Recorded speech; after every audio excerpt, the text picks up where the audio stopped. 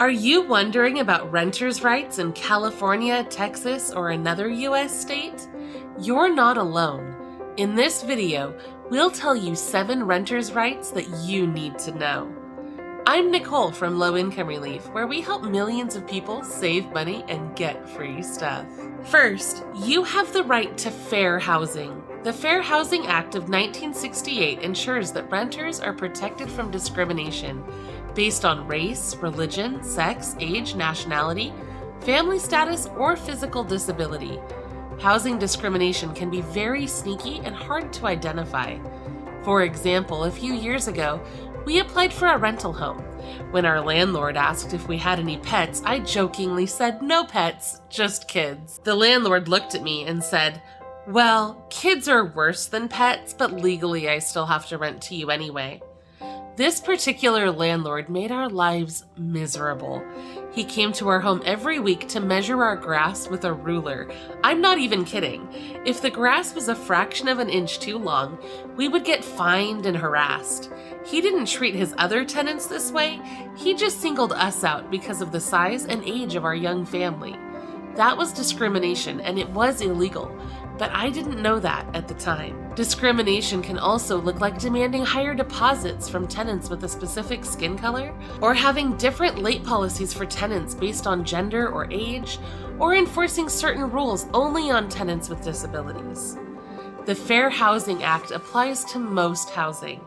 In some limited circumstances, it does not apply to owner-occupied buildings with no more than 4 units, single homes sold or rented by an owner without an agent, or housing operated by religious organizations or private clubs. However, it does apply in most cases, and if you think you face discrimination, you should definitely reach out to legal aid. Second, you are entitled to a safe and habitable housing unit. In general, renters are entitled to homes that have running water, heat, and other safety measures. This includes the right to working plumbing and utilities that are hooked up. The home should not have any clear or present danger, such as exposed wiring, and landlords are required to disclose the presence of asbestos, lead paint, or other chemical or environmental toxins. Many local laws also require landlords to ensure that the home has working locks, smoke detectors, fire escapes, and other safety features. Third, you are entitled to reasonable disability accommodations if you need them. You can't demand that a landlord completely remodel a unit, but the landlord does have to offer reasonable accommodations. These could include things like installing a disability ramp or leasing you a ground floor unit if you can't go upstairs. Fourth, renters are entitled to timely repairs. It's always important to read your lease or rental agreement because these documents usually define how long maintenance and repairs can take. State laws also regulate this. In some cases, renters can withhold rent and complete the repairs themselves if the landlord does not complete them in time, but this should only be done very carefully as it can have serious negative consequences. Many states have laws that allow you to repair and deduct the cost of those repairs from the rent, but you cannot simply withhold the rent to coerce the landlord into completing necessary repairs, or you could face eviction. Fifth, renters have the right to privacy. In most states, landlords and property managers must provide between 24 to 48 hours notice before entering the unit. These laws usually prevent visits during unreasonable or inappropriate hours unless there is an emergency. Sixth, renters generally have the right to quiet enjoyment. This means that you can enjoy your space without disruptions, such as needless maintenance or noisy neighbors or unexpected visits from the property owner. Always review your contract for information about this, as some leases enforce this by requiring all tenants to abide by quiet hours or no smoking rules. Sixth, renters have certain rights surrounding their security deposits. Renters are entitled to have their deposits returned at the end of the lease. Many states have specific rules about the timelines and interest rates attached to their deposits, so it's important to look at your local laws. In my experience, landlords generally have about a month to provide a written statement explaining how the deposit was spent.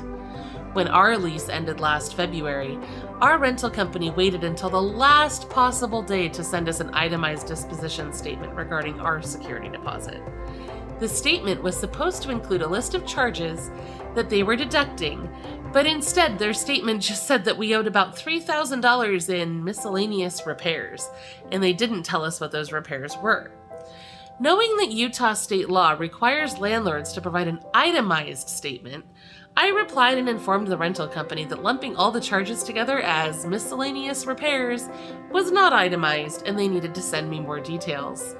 When they replied, I noticed that they were charging outrageous amounts for ridiculous things like $100 for smoke detector batteries and $75 for a garbage disposal cleaning and $820 for a carpet cleaning that they didn't even bother to do. I replied with a specific disagreement about each of their outrageous claims, and eventually they decided to just refund our security deposit because they couldn't provide receipts, they couldn't back up any of their claims, and they knew it wouldn't hold up in court.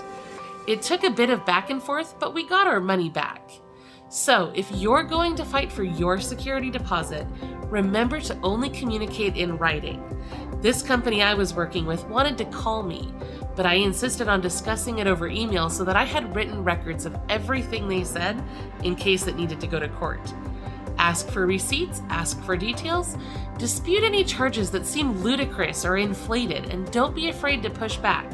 Remember, it's their responsibility to prove that they actually had those expenses. But while you're doing this, make sure to keep it respectful and professional, because you don't want to get a bad rental reference and you don't want to burn your bridges with the rental company you're working with. But it's usually worth fighting to get your money back. Finally, renters have rights regarding eviction as well. The proper eviction process can take a long time and requires the landlord to go to court. So many landlords will take the law into their own hands with hasty and often illegal self-help evictions.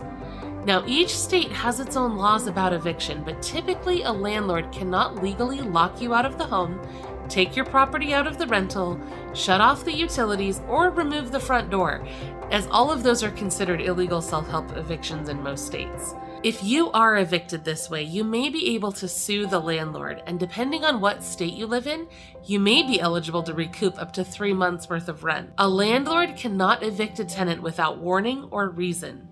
Each state has specific laws, but generally, the landlord must explain the cause of the eviction and give you a chance to fix the problem before they take the eviction to court. According to many legal aid offices, law enforcement officers will carry out the eviction order if the court rules to evict you. So that would be law enforcement and not the landlord that would be carrying out the eviction. Now that we've reviewed these renters' rights, it's important to remember a few things. First, I'm a researcher, not a lawyer, so this is all just informational and not specific legal advice. Second, many laws vary depending on what state or city you live in.